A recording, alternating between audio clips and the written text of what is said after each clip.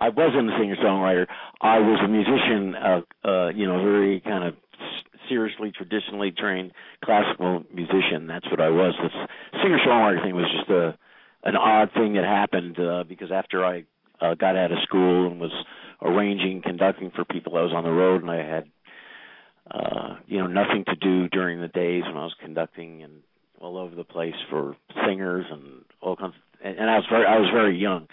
And that was, that was when all those singer-songwriters, Elton John and James Taylor and Carole King and everybody else was doing these albums, and I always loved pop music. And at that time, if you could, carry a tune, you could get a record deal, So I kind of during the day just started writing songs, and writing lyrics.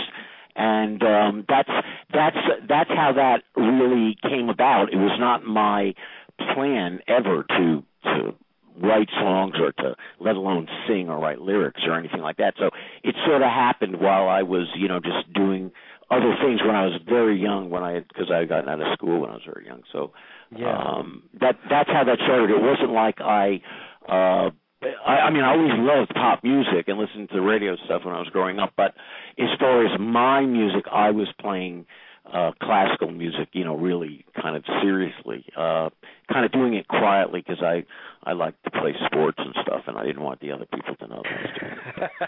That's before playing music was cool, was cool. I mean, I didn't have a band or anything like that in high school or. So that's really how it came about. It came about because I always had a strong, love for pop music and show music and all that kind of stuff. But mainly I was kind of concentrating on the more classical side. And so when I heard some of these things, these albums and with these what's his name's one of his first albums with this guy Paul Buckmaster, who did all the arrangements for Elton John's the first, or it's probably his second album. And that I really responded to because musically I was suddenly hearing something kind of interesting that could be done, that was unlike the 2.5 minute hooky pop song and anyway, so that's how I kind of got into it. It wasn't any kind of plan nor anything that I really thought about doing. And at that time, I'm sorry, but you talk about your kind of classical training and the songs that you write today. I mean, your last album, which is phenomenal. It's a beautiful album. My favorite. The Pacific Flow album. Yes, my yeah, that for 20 years I've been scoring films. I never thought I would do another album, and I kind of and everybody would ask me. I just didn't have time, and that wasn't when you're scoring a film. That's not your job. People would say, "How come you didn't write a song?" And I said, "Hey, I got to work with the director. He doesn't want to know that I'm a songwriter. I've got to, make his scenes emotionally work, whether they're action scenes or dramatic scenes or funny scenes or whatever it is." So when I guess that was like 2 years ago. I mean, I used to do a lot of recording, and I still do at Abbey Road with the LSO, and they were great, and they gave me that big studio just like at odd hours, like late at night, and so I did a lot of that album. I kind of got inspired and wrote some songs, and then all of a sudden I had enough songs, and I said, shit, I might as well, do an album. Yeah, but that was the first time. I mean, it was literally.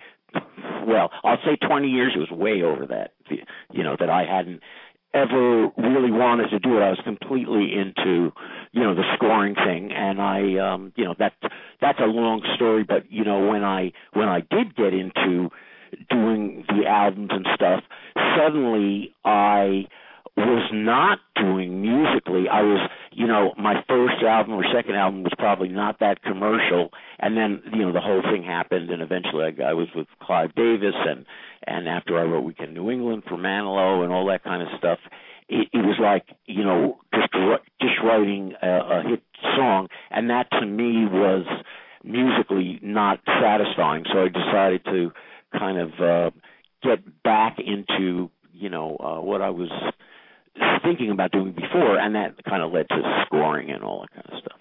Well, I just wanted to I just want to take the opportunity to tell you that I'm the world's biggest Barry Manilow fan. So my first introduction to you was obviously through Weekend in New England. But I also mentioning your last album. And I appreciate that because I did it in England, and not too many people have heard it, and the ones who have, love it, and it was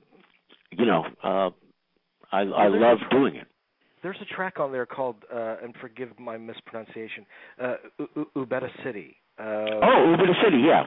It's my favorite track on the album, and it feels very classical. The kind of what that's about, and if you read the lyrics and listen to it, and you know what, you should. I don't know if you ever talk to, but one of the people you should be talking to is Bob Townsend at Varese Saraband, who does all the soundtracks.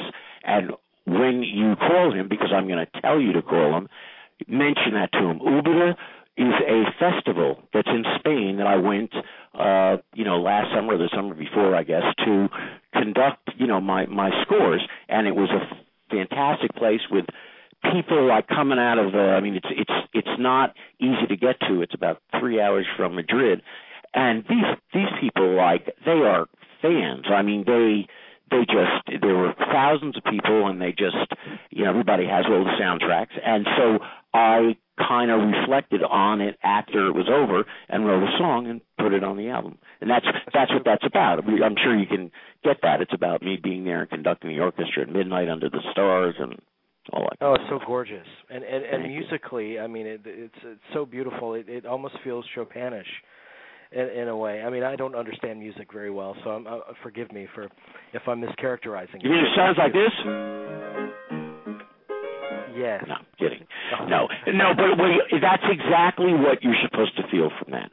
And there's a lot going on in that song that I personal things that I won't get into, but there's a lot of stuff going on. It's about the music. It's about me conducting this beautiful, wonderful orchestra from Madrid, at midnight under the stars in a old, Roman courtyard. It was it's just an incredible stone-walled city, this Ubeda. And, but the lyrics of the song kind of, meander around through a lot of stuff that was going through my head as I was conducting the orchestra. So so thank you. That makes me happy. And you should, at the end of the when we talk, you should talk to, if you're interested in doing things like composers or soundtracks. That's the guy to talk to, and he amongst other things, running for a Saraband, he runs that festival. Film scoring. Was it odd for you coming from a place where you've written these songs and they're very personal kind of messages, and then working in a field where your music is in the service of something? Right. No. It was absolutely. A lot of people would think that. First of all, the songwriting. Believe me when I tell you this. Has absolutely nothing with scoring films. That's a different thing. Of course, you can write a certain way, and it can sound, some cuts that I may do have done on, my old albums may sound filmatic, but scoring a film is much different. And what I found after, the years going into something that was the singer-songwriter thing that wasn't planned at all, and getting kind of involved in that for so many years, I found scoring, as pressured as it is and tough, and believe me, it is, to be very, very liberating, because when you write a cue between, the start of the cue and the end of the cue, even though you're serving the picture musically, you can go anywhere. Yes, it has to be in the mood and pace of the scene, but as far as the style of it, even though you're dealing with a director who has a preconceived notion through his, temp score, which is the bane of every composer's existence, but that's the music they live with for their editing process and their previews, it's still, I found it much more musically interesting completely than and rewarding for me than writing songs for sure. And as soon as I started doing it, I completely, it just, the song thing, it's almost like it went away, and I was very consumed with this, and I kind of like the the pressure and the timing. I mean, it has to be done fast and it has to be right. And if it's right and it's too slow, that doesn't work. And if it's fast and no good, that doesn't work. So you've got to really, I found it, like, I guess I found it musically and generally very challenging and creative, much more so than doing my own albums, which may sound like, well, it would seem, you do an album, you just start with a blank nothing. But for me, I found it the opposite. So I found with everything, with all the pressures of the scoring situation, I still found it musically. It turned me on, and you're working quickly, but you're working with the greatest musicians in the world, and the picture comes out, and you're not dealing with if a show opens or closes or an album selling. It's there. And that's one of the reasons that I mentioned Sarabia. They were very instrumental in my film music being probably the most used music as far as all kinds of avenues that I didn't even know existed, whether it's sporting events or trailers or all kinds of things that happened, and the use of this music was from me doing that soundtrack. It wasn't, someone didn't hear it in a film and suddenly, they got it from me always, having a score album, whether or not the picture did well or not. That's actually that's an interesting point that I wanted to question you about, because you're in the unique position very few composers find themselves in. You have composed several iconic scores that, as you have mentioned, have been used in hundreds of trailers. Come See the Paradise, and Come See the Paradise was that was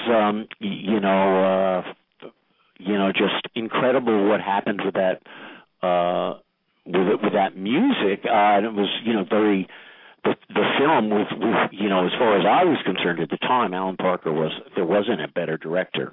I don't know what he's up to, recently, but at that time, I would have killed to get that film, and I did, and I thought it was just a strange time, and then the subject matter about the internment camps wasn't certainly not in the commercial vein, but I thought it would get a lot more attention. But somehow that was really the first real soundtrack album that I put together, along with some period songs that he had picked, and people just started using that music like crazy, So when you're responsible for that kind of those kind of iconic themes, are you competing against yourself in a sense when directors come to you and say, "I want the sound that you gave this particular"? No, but you know what, Jamie, they never do.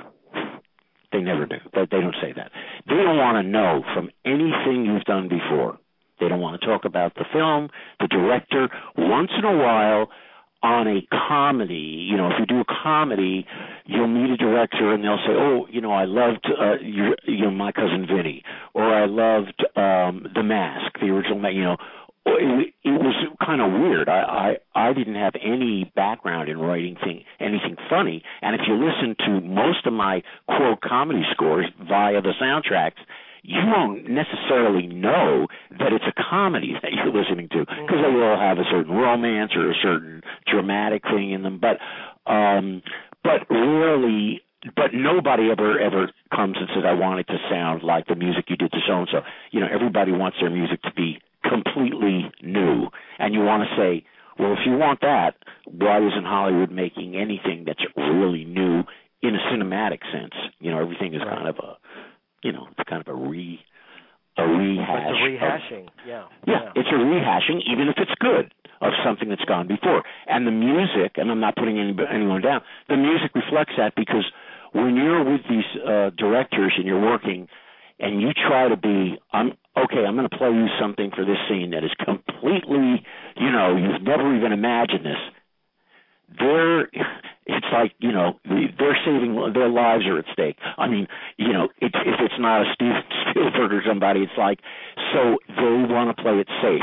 So it's tough to do, to do new stuff. But to answer your question, they really don't. I don't feel that I'm competing with myself, because they usually don't say that.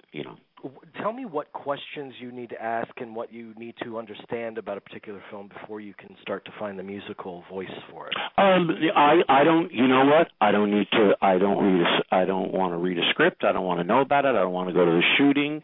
And usually you don't, because a lot of these things, unless you're working with somebody who's done a number of films in the past, you're not involved. You're not involved. The composer's the last person in.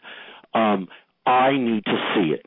And I need to sit here just like I'm sitting, right where I'm sitting now, and I need to watch it. And that's what I need to know.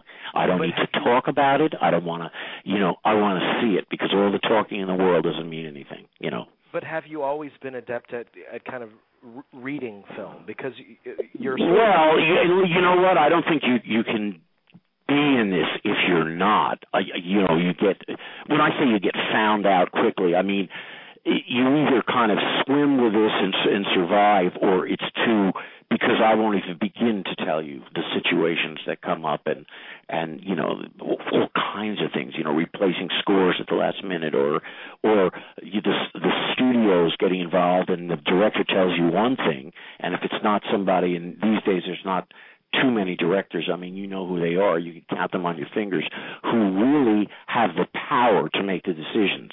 I mean, the studios, it's like this collaborative effort. It became more like one of the first things I ever did was a series called MacGyver, which was a great experience, but really I was under the gun, because I had to write so much of a certain kind of music overnight, literally, and if there was 47 minutes of film in an hour show, not counting the commercial breaks, there was 45 minutes of music.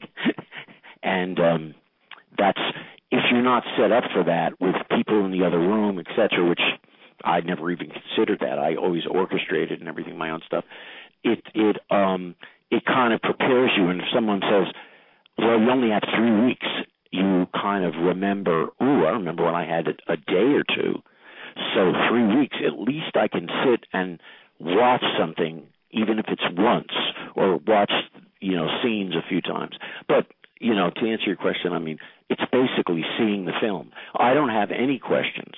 I watch it and I kind of do what, I think is necessary within the constraints of a lot of chains being put on you because of where they have put their music, and they've lived with this temp music and what it is and all kinds of stuff. So that's kind of what everybody has to deal with. Even if they don't say that to you, they're leaving out a big part of their what's involved. I love so much of your work. As a huge fan of film scoring, and from Diabolique is one of my favorite scores of yours. But there are movies that composers do where the music they produce is so overwhelmingly powerful, but the movie might not be that. That's been my. I'm always very honest. That's been my story. When I write a score, for instance, and you just gave a perfect example.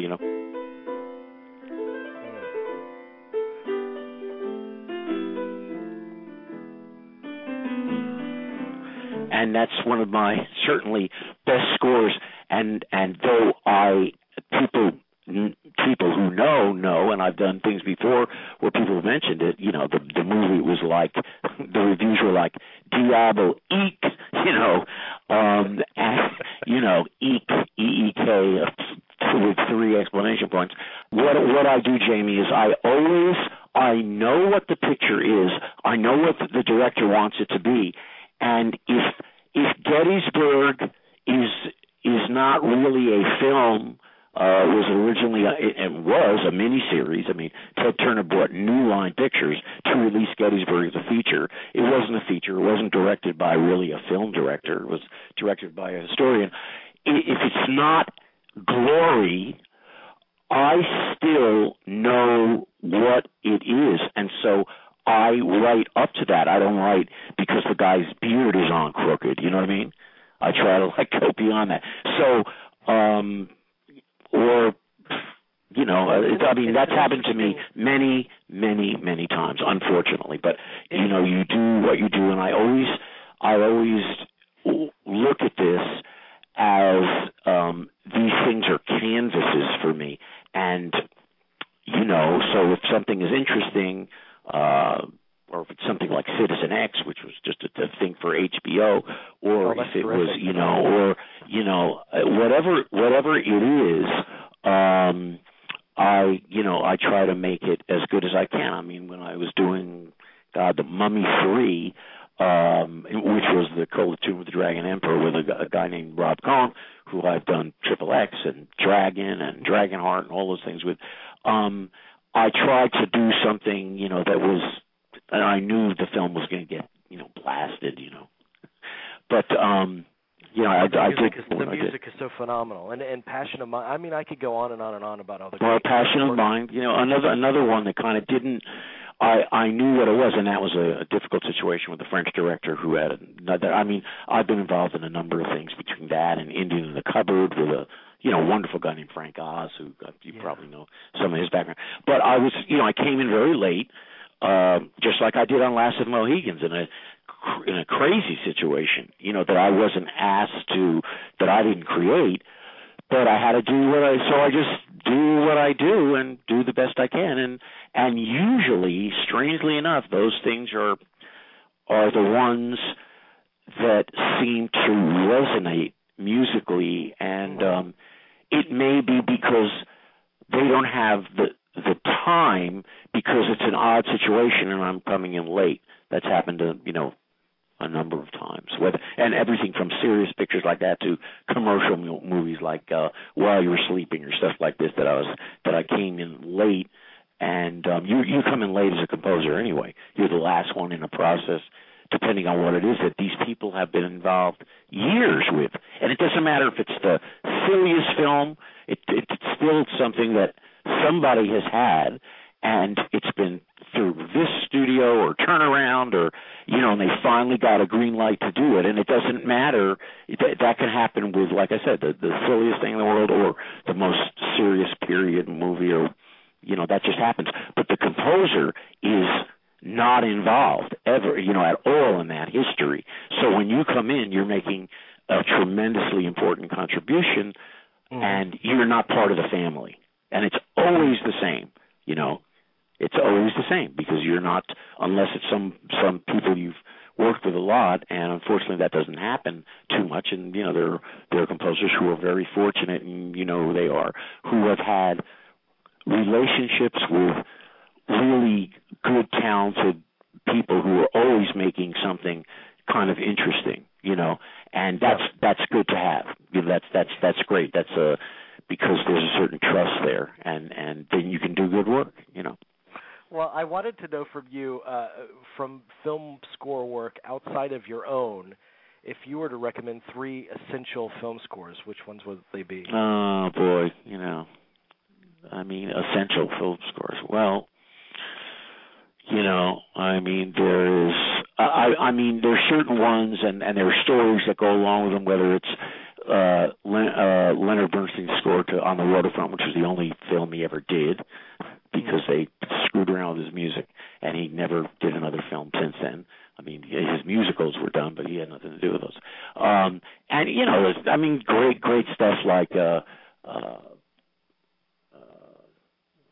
Michelle, Lawrence of Arabia, and there's so much. And Bernard Herrmann stuff is great, and Elmer's score for To Kill a Mockingbird. These are things I remember. Just also, like I told you, I was not had a plan to be a singer-songwriter. I also was not a big movie freak or any soundtrack. These were just things that I would, hear, along the way, Well, those are. Jesus! I can't believe Maurice Jarre. His name escaped me for a second, but of course I heard some of those scores, as as a kid, whether it was Lawrence Arabia or Zhivago, and really liked, that was kind of interesting stuff to me, because it seemed to have a sort of a classical bent. And then, of course, all the great stuff that Bernard Herrmann did, and I mentioned To Kill a Mockingbird, because I remember seeing that film and listening to this kind of odd score, and then seeing it was this guy that wrote, The Magnificent Seven. So I was intrigued with that. These guys that write film scores obviously have, must have a great versatility musically and really interesting backgrounds to be able to do all this stuff.